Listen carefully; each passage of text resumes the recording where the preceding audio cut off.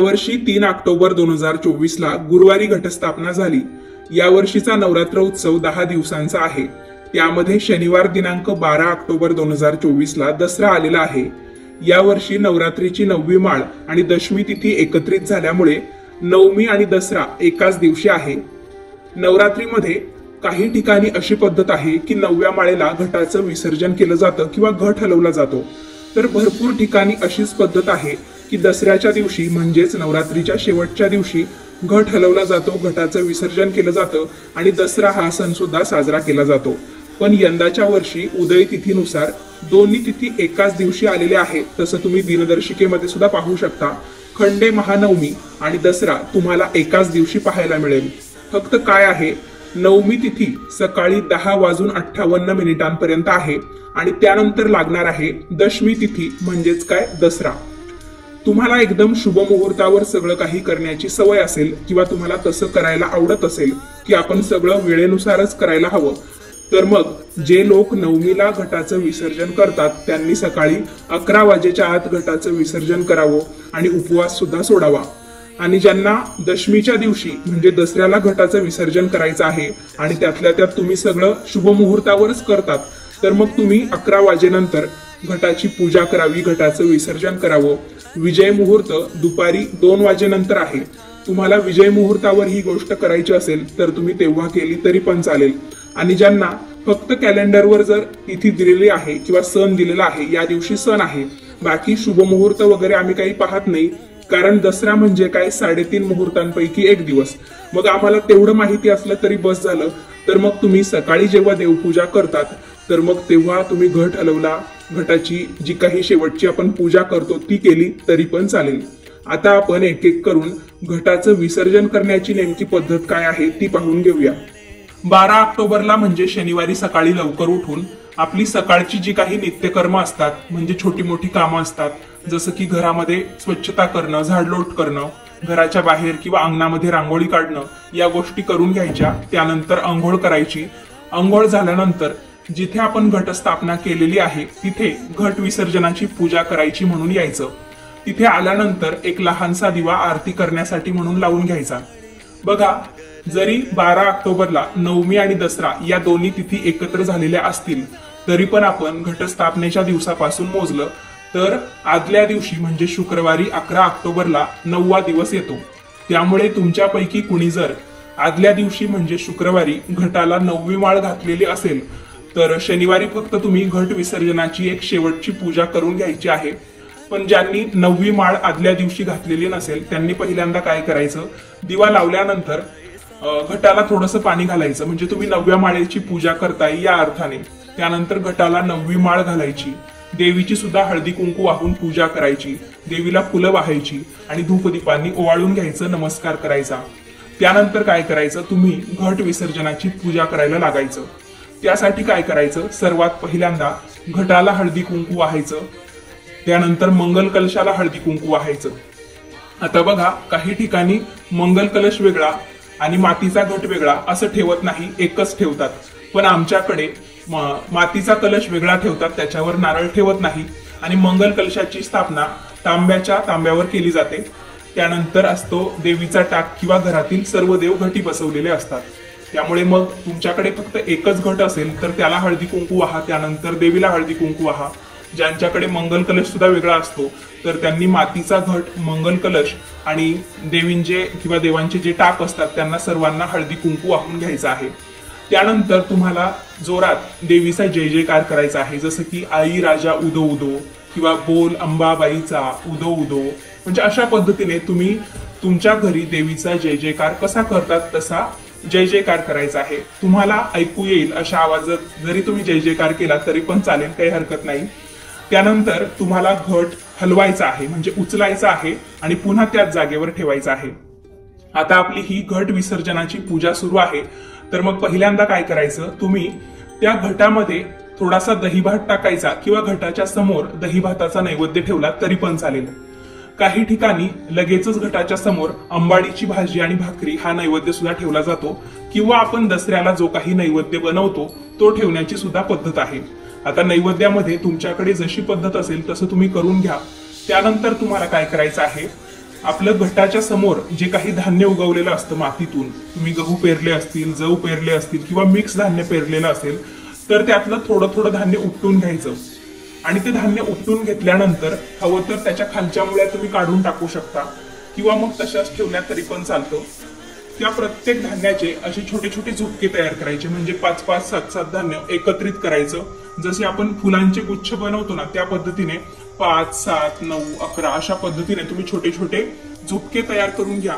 आणि जसं आपण आधीच्या माळ्यांना पानांच्या माळी कशा बनवत होतो किंवा फुलांच्या माळी कशा बनवत होतो, तर धाग्यांच्या आपण अशा गाठी तयार करायचो किंवा दोऱ्याची अशी गाठ तयार करायचो आणि त्याच्यामध्ये ते पान किंवा फूल ओवायचो। त्याच पद्धतीने इथे आपण जे धान्याचे झुपके तयार करून घेतले होते ना, तर ते त्या गाठींमध्ये ओवायचे। म्हणजेच काय, उगवलेल्या धान्याची आपल्याला माळ तयार करून घ्यायची आहे। ती माळ घटाला अर्पण करायची।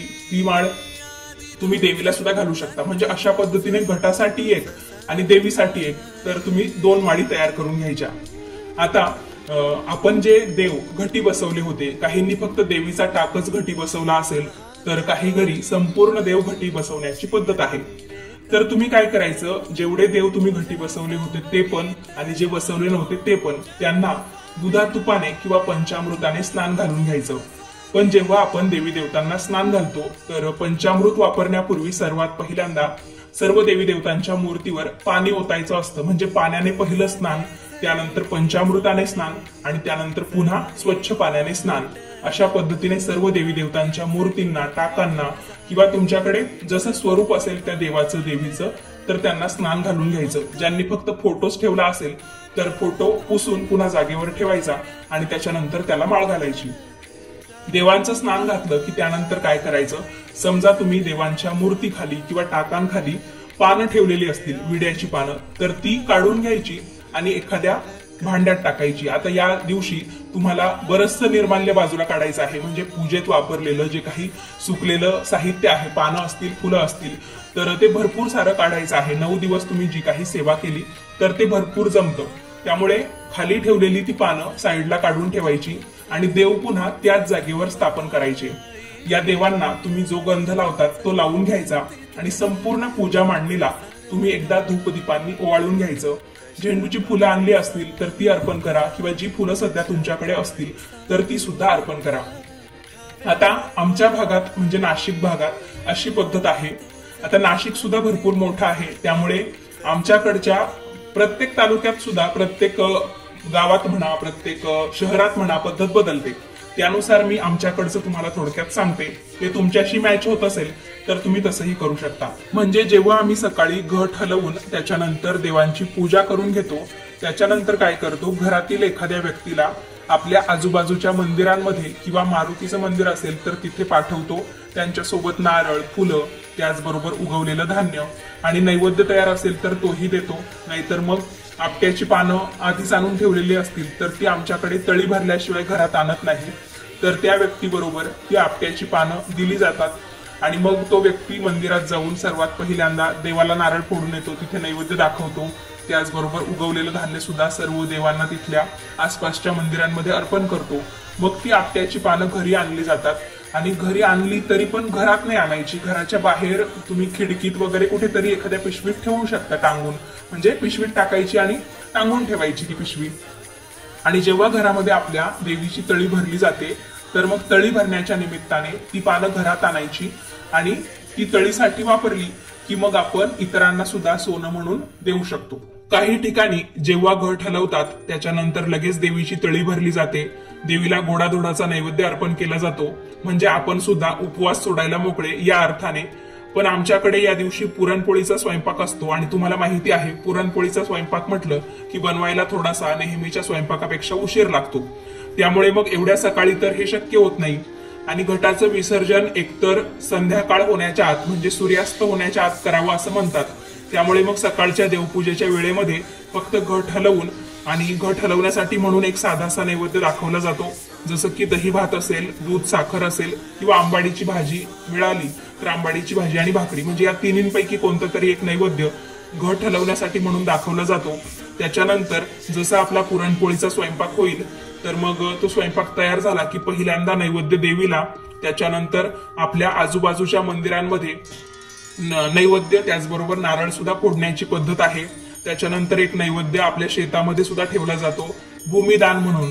आता जी माती आपल्याला वर्षभर पीक पाणी पुरवते, आपल्याला अन्न पुरवण्याचं काम करते, तर तिच्या प्रती कृतज्ञता व्यक्त करायची म्हणून किंवा शेतामध्ये आपल्या जे काही छोटे मोठे प्राणी असतात, जीवजंतू असतात, त्यांना सुद्धा आपण या दिवशी तृप्त करावं असं म्हणतात।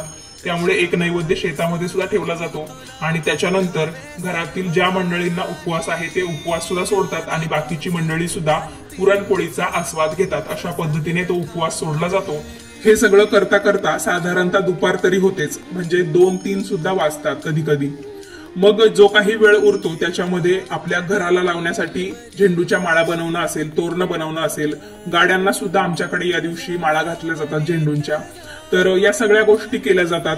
त्याचबरोबर घटाचं जे काही खरोखर विसर्जन असेल, म्हणजे घट उचलणं, घटातलं पाणी कुठे टाकायचं, त्या घातलेल्या माळा कुठे टाकायच्या, या सगळ्या गोष्टी शक्यतो एकादशीच्या दिवशी होतात। तरी पण मी तुम्हाला आत्ताच हे सांगते की आपल्याला नेमकं काय काय करायचं असतं। तर जेव्हा तुम्ही नैवेद्य वगैरे दाखवून घेतात, उपवास सोडतात, त्याच्यानंतर काय करायचं, जो घट आपण ठेवलेला असतो, ज्याच्या भोवती आपण माती आणि त्याच्यात धान्य पेरलेलं असतं, तर ते उगवलेलं धान्य आणि माती ते सगळं उचलायचं आणि तुमच्या आसपास कुठे शेत असेल तर त्याच्यामध्ये तुम्ही ते टाकून येऊ शकता। म्हणजे मातीमध्ये माती मिसळून जाते आणि उगवलेलं धान्य त्या मातीमध्ये हिरवं खत म्हणून होऊन जातं।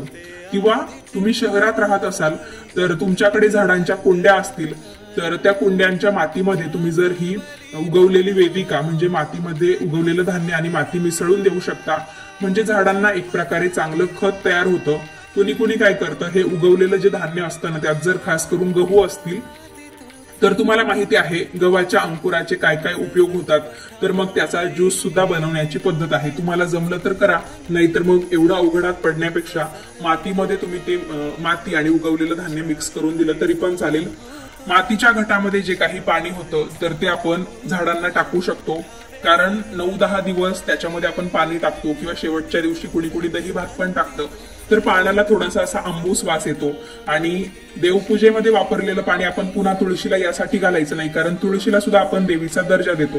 तर मग एखाद्या झाडाला वगैरे तुम्ही ते पाणी घाला किंवा अशा ठिकाणी होता की जिथे ते कुणीही ओलांडायला जाणार नाही। घटामध्ये असेल, मंगल कलशामध्ये असेल, तुम्ही जे काही नाणं सुपारी टाकतात तर ते सुद्धा स्वच्छ धुवून घ्यायचं। सुपारी जर खराब झालेली असेल तर निर्माल्यामध्ये तुम्ही टाकून देऊ शकता, किंवा चांगली असेल तर धुवून वाळवून घेतली तर ती पुन्हा छान कडक होते आणि पुढच्या पूजांमध्ये तुम्हाला ती वापरता येते। 1 रुपयाची जी काही नाणी असतात ते सुद्धा तुम्हाला पुढच्या पूजेत वापरता येतात, किंवा तुम्ही तिजोरीमध्ये सुद्धा ठेवू शकता। एक आपलं पूजा साहित्यातली ही गोष्ट होती म्हणून, किंवा देवीच्या चरणी किंवा देवीच्या घटामध्ये आपण ते नाणे वापरले होते या अर्थाने म्हणून तुम्ही ती तिजोरीत ठेवली तरी पण चालतील। घटामधली पानं असतील, मंगल कलशामधली पानं असतील, घटांच्या माळी असतील, फुलं असतील, जे काही साहित्य होतं म्हणजे पानं, फुलं, तर हे सगळं तुम्ही अशा ठिकाणी टाका की जिथे ते कोणी ओलांडायला जाणार नाही अशा ठिकाणी। किंवा तुम्ही शहरात राहत असाल तर पूजा साहित्य टाकण्यासाठी खास करून निर्माल्य कलश ठेवलेले असतात, तर त्याच्यामध्ये सुद्धा तुम्ही टाकू शकता। किंवा तुम्हाला अगदीच कचरा कुंडीत टाकण्याची वेळ येणार असेल तर मग काय करायचं, एखादी सेपरेट पिशवी घ्या, त्याच्यामध्ये तुम्ही हे सगळं पूजा साहित्य भरा, अजून एखादी पिशवी हवं तर वरून लावा, जेणेकरून बाकी कचऱ्याचा स्पर्श या माळांना किंवा फुलांना होणार नाही आणि तुमच्याकडून म्हणजे कोणत्याही प्रकारच्या नियमांचं उल्लंघन होणार नाही। तर अशा पद्धतीने तुम्ही ते विसर्जित करू शकता, ज्यांना अगदीच पर्याय नाहीये त्यांना। आणि जे शेतकरी लोक असतील त्यांनी आपल्या शेतामधल्या मातीत हे सगळं मिक्स करून दिलं तरी पण चालेल, जेणेकरून कुणाकडूनही ते ओलांडलं जाणार नाही। तुम्ही शेतात थोडंसं मध्ये गेलात तर या सगळ्या गोष्टी तुम्हाला करता येतील।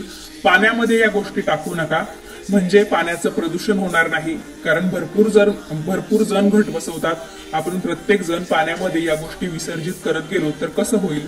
आणि जो काही मंगल कलश आपण स्थापन केलेला असतो, ज्यांच्याकडे मातीचा घट वेगळा आणि मंगल कलश वेगळा ठेवतात, तर मग समजा तुम्ही सकाळीच तो नारळ देवी समोर वाढवला असेल, फोडला असेल, तर तळीच्या वेळा तुम्ही पुन्हा नारळ ठेवून एक तात्पुरता मंगल कलश तयार करून घेऊ शकता, काही हरकत नाही। आणि जर तोच ठेवला असेल तर तळीसाठी तोच वापरा आणि त्याच्यानंतर तो नारळ तुम्ही देवी समोर फोडा आणि त्याचा प्रसाद म्हणून खा। घरातल्या सर्वांनी त्याचा प्रसाद खायचा असतो। आता आपण मंगल कलशाखाली जे काही तांदूळ ठेवतो, अष्टदल कमळ वगैरे काढून, तर ते तांदूळ तुम्ही पक्ष्यांना टाकू शकता दररोज थोडं थोडं करून। त्याचबरोबर आपला जो अखंड दिवा असतो तो सुद्धा त्याच्यामध्ये जोपर्यंत तेल आहे तोपर्यंत तेवत राहू द्यायचा. ज्या वेळेस त्याच्यातलं तेल संपेल तेव्हा तुम्ही तो उचलून स्वच्छ करून मग पुन्हा पॅक करून ठेवून देऊ शकता. बऱ्याच वेळा काय होतं, आपण अखंड दिवा लावतो, त्यामध्ये जर दगडी दिवा असेल किंवा आपले पारंपरिक दिवे असतील तर थोडं का होईना तेल असं ताटामध्ये पाझरलेलं असतं, असं काळं तेल त्याचं तयार होतं. तर मग आपण काय करायचं, एक कपड्यापासून काकडा तयार करायचा किंवा कापसाचीच एकदम जाडसर अशी वात तयार करायची आणि त्या वातीवर ते तेल ओतायचं आणि तो काकडा आपण देवीसमोर लावू शकतो. किंवा जुन्या काळी असं होतं, आपल्या ज्या बैलगाड्या असायच्या किंवा ज्या ज्या वाहनांवर असं काळसर वंगण लावलं जातं बघा, की त्याचे जे पार्ट असतात ते असे घासू नये एकमेकांवर म्हणून, तर त्याच्यासाठी म्हणून सुद्धा त्या काळ्या तेलाचा उपयोग केला जायचा. तुमच्याकडे जशी पद्धत असेल तसं तुम्ही करू शकता. अगदीच तुम्हाला काही करायचं नसेल तर जिथे अशी माती वगैरे असते ना, की ज्याच्यात तुम्ही झाडं वगैरे नाही लावत पण अशीच माती पडलेली आहे, तर त्या मातीमध्ये सुद्धा तुम्ही ते तेल ओतून देऊ शकता आणि वरून पुन्हा माती टाकून देऊ शकता. अशा पद्धतीने त्याचं विघटन होऊन जाऊ शकतं. तर भरपूर सारे पर्याय आहेत. अखंड दिव्याची उरलेली वात काय करावी हा सुद्धा प्रश्न बऱ्याच वेळा विचारला जातो. बघा, देवपूजेमध्ये उरलेल्या वाती असतील किंवा अखंड दिव्याची वात असेल तर जेव्हा ती उरते तर काय करायचं, एखादी पंती किंवा मोठा दिवा घ्यायचा, त्याच्यामध्ये एखादी 2 कापूरवडी टाकायची, त्याच्यामध्ये या उरलेल्या वाती टाकायच्या आणि त्या पेटवून द्यायच्या.